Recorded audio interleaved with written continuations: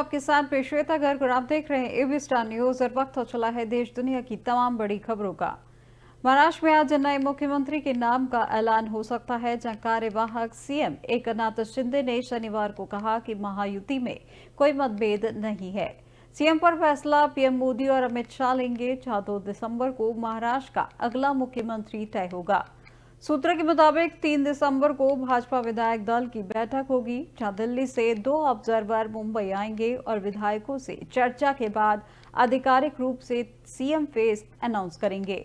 वहीं भाजपा के प्रदेश अध्यक्ष चंद्रशेखर बावनकुले ने शनिवार को कहा कि नई सरकार का शपथ ग्रहण 5 दिसंबर को मुंबई के आजाद मैदान में होगा, जिसमें प्रधानमंत्री मोदी भी कार्यक्रम में शामिल होंगे। इधर शिंदे 2 दिन पैतृक गांव सतारा में रहे, जहां उनकी तबीयत भी बिगड़ गई थी। वहीं मुंबई में आए डॉक्टरों ने उनका इलाज किया, अब वे ठीक है। वहीं रविवार को शिंदे सतारा के एक मंदिर गए थे और कुछ देर बाद मीडिया से बातचीत भी की। उन्होंने कहा कि मैं अब ठीक हूं। व्यस्त चुनावी कार्यक्रम के बाद मैं यहाँ आराम करने के लिए आया था। वहीं खींचतान को लेकर उनसे 3 बार सवाल किया गया, लेकिन शिंदे ने जवाब नहीं दिया। शाम को वे सतारा से मुंबई पहुंचे। वहीं सूत्रों के मुताबिक शहर से चर्चा के बाद विभागों को लेकर गठबंधन में खींचतान मची हुई है। वहीं भाजपा गृह, राजस्व, उच्च शिक्षा, कानून, ऊर्जा, ग्रामीण विकास अपने पास रखना चाहती है। उन्होंने शिवसेना को हेल्थ, शहरी विकास, सार्वजनिक कार्य, उद्योग ऑफर किया है। एनसीपी या जीट गुट को वित्त योजना, सहयोग, कृषि जैसे विभाग देने की पेशकश की है।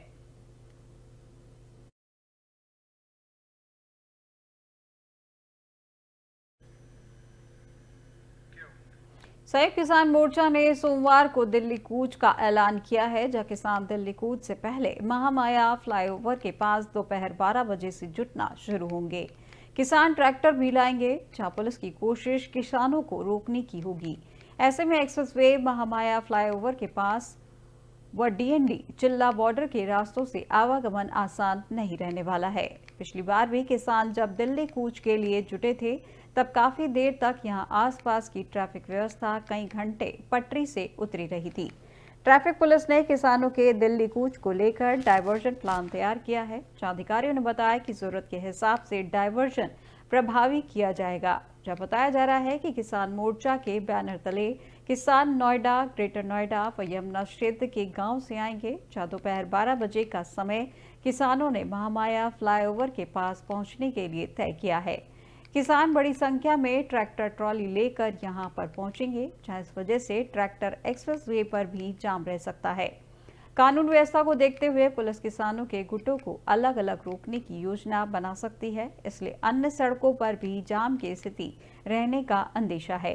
महामाया फ्लाईओवर, जहां से किसानों ने आगे दिल्ली कूच का ऐलान किया है, वहां से कालिंदी कुंज से होकर नोएडा सेक्टर 18 की तरफ आने और डीएनडी चिल्ला बॉर्डर से दिल्ली जाने और नोएडा आने के रास्ते जुड़े हुए हैं। इस वजह से ट्रैफिक पूरी तरह से यहां भीड़ जुटने पर प्रभावित हो जाता है। ट्रैफिक पुलिस के अधिकारियों का दावा है कि तैयारी कर ली गई है और जरूरत के हिसाब से डायवर्जन प्लान प्रभावी किया गया है। पुलिस ने भी सुरक्षा व्यवस्था को लेकर तैयारी की हुई है। कई थानों की पुलिस और पीएसी को लगाया गया है, जो चिल्ला, डीएनडी बॉर्डर व महामाया फ्लाईओवर के पास भी भारी संख्या में पुलिस बल को लगाया गया है। नोएडा, ग्रेटर नोएडा एक्सप्रेसवे पर भी कई चेक पॉइंट बनाए गए हैं।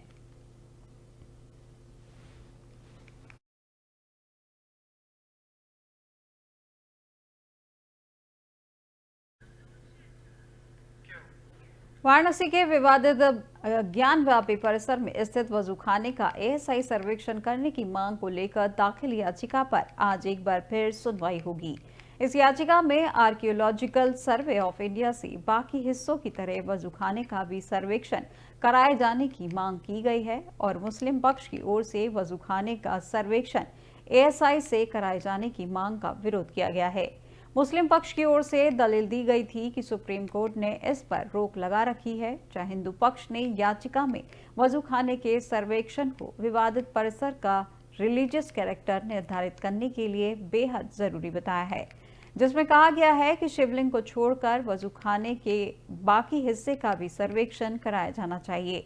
जहां याचिकाकर्ता ने दलील दी है कि हाई कोर्ट ने पिछले साल शिवलिंग की कॉर्बन डेटिंग का आदेश दिया था, जिस पर सुप्रीम कोर्ट ने रोक लगा दी थी। उस याचिका में शिवलिंग का सर्वेक्षण कराए जाने की मांग की गई थी। वादिनी राखी सिंह की ओर से यह याचिका दाखिल की गई थी, जिसमें शिवलिंग को छोड़कर वजू खाने के बाकी हिस्से का सर्वेक्षण कराए जाने की मांग की गई है। इस मामले में जस्टिस रोहित रंजन अग्रवाल की सिंगल बेंच में मामले की सुनवाई होगी, जहां इससे पहले ज्ञानवापी में वजू खाने में शिवलिंग जैसी संरचना मिली थी, जहां हिंदू पक्ष का दावा है कि शिवलिंग है, जबकि मुस्लिम पक्ष इसे फव्वारा बताते हुए इससे इनकार करता आया है। गौरतलब है कि इससे पहले ज्ञानवापी परिसर का एएसआई सर्वेक्षण किया गया था, जिसमें वजू खाने को शामिल नहीं किया गया था। इस सर्वेक्षण में मस्जिद में हिंदू प्रतीक चिन्ह और देवी देवताओं की टूटी हुई मूर्तियां भी मिली थीं।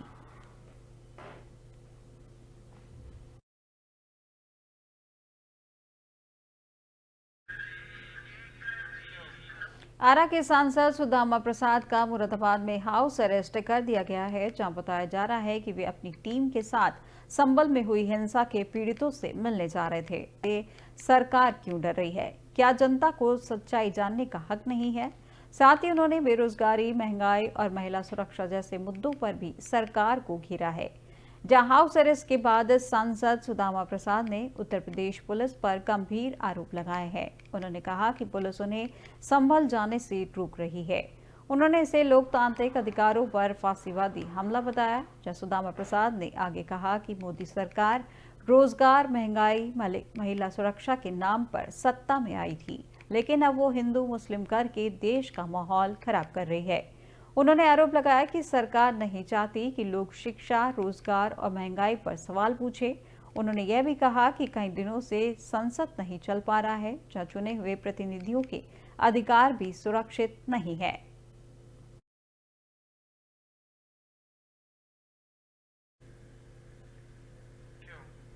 चक्रवाती तूफान फेंगल का दक्षिण भारत में बड़ा असर दिखा है, जहां आज केरल में 4 जिलों में आज बारिश का रेड अलर्ट जारी किया गया है। मौसम विभाग ने केरल के मल्लापुरम, कोझिकोड, वायनाड और कन्नूर जिले में सोमवार को भारी बारिश का रेड अलर्ट जारी किया है। इसके अलावा आंध्र प्रदेश में भी बारिश के आसार हैं, जहां मौसम विभाग के मुताबिक उत्तर तटीय आंध्र प्रदेश के काकीनाडा और अन्य जिलों के साथ साथ दक्षिण तटीय क्षेत्र के नेल्लोर में भी भारी वर्षा का पूर्वानुमान है। अगले 24 घंटों में रायलसीमा के कई इलाकों में भी भारी वर्षा होने की संभावना है। जहां गौरतलब है कि फेंगल के कारण बने हालात के बीच पांडुचेरी और तमिलनाडु के कुछ इलाकों में भी भारी बारिश हुई है। इस तूफान के चलते श्रीलंका व भारत में शनिवार से अब तक 19 लोगों की मौत हुई है। इनमें श्रीलंका में 15 और चेन्नई में 3 मौतें शामिल हैं, जहां प्रभावित इलाकों में राहत बचाव कार्य युद्ध स्तर पर जारी है। सेना ने बाढ़ग्रस्त इलाके से हजारों लोगों को निकाला और राहत शिविरों में पहुंचाया है। इससे पहले चक्रवाती तूफान फेंगल के कारण पांडुचेरी में तेज हवा के साथ भारी बारिश से जनजीवन पूरी तरह अस्त व्यस्त हो गया है। पांडुचेरी में 24 घंटे में करीब 50 सेंटीमीटर तक बारिश ने 30 साल का रिकॉर्ड तोड़ दिया है, जिसके चलते पूरा शहर भीषण भार में घिर गया है। कई जगह भूस्खलन हुआ है और बिजली आपूर्ति भी बाधित हुई है।